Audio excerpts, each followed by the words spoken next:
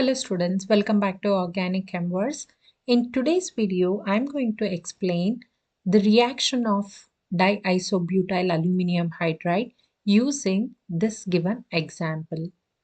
First, let's understand what is the question. There is a reactant molecule. It is treated with DIBAL-H followed by hydrolysis. Then what is the product from the given options? Although the reaction looks complicated, it's actually simple. So let me explain this step by step. First, what is DIBAL-H? DIBAL-H stands for diisobutyl aluminium hydride. And what is the structure of this? You see, the hydrogen is attached to electropositive element, that is aluminium. That's why we call this as hydride. So how do we write hydride? Where hydrogen will have a pair of electron. That means what? It acts as a nucleophile. Now, what is the structure of isobutyl? Isobutyl is this. And how many of them are there? Two. That's why diisobutyl aluminium hydride. It is a selective reagent. It attacks esters and it converts it to an aldehyde. And it reacts with the nitrile, that means cyanide, right? And it will give an aldehyde. So let's write down the reaction. How the reaction takes place? First, the hydride will attack the ester group here, right? And the bond will break here.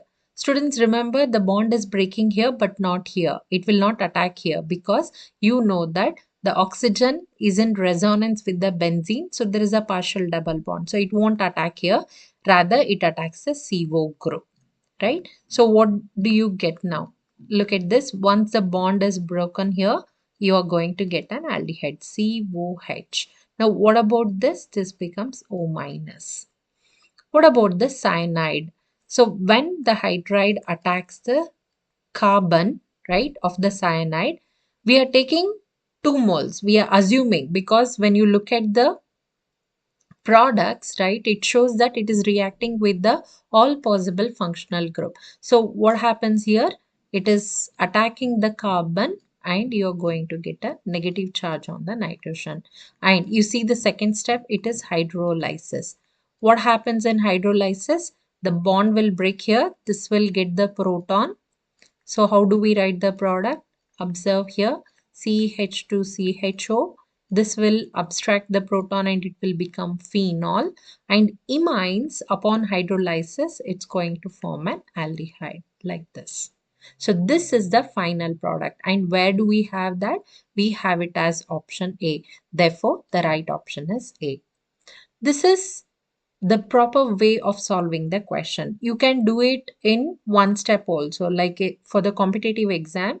If you want to save some time and solve the question quickly, how do you do it? Very simple. You know that nitriles will convert to aldehyde, right? But there are 3 such options.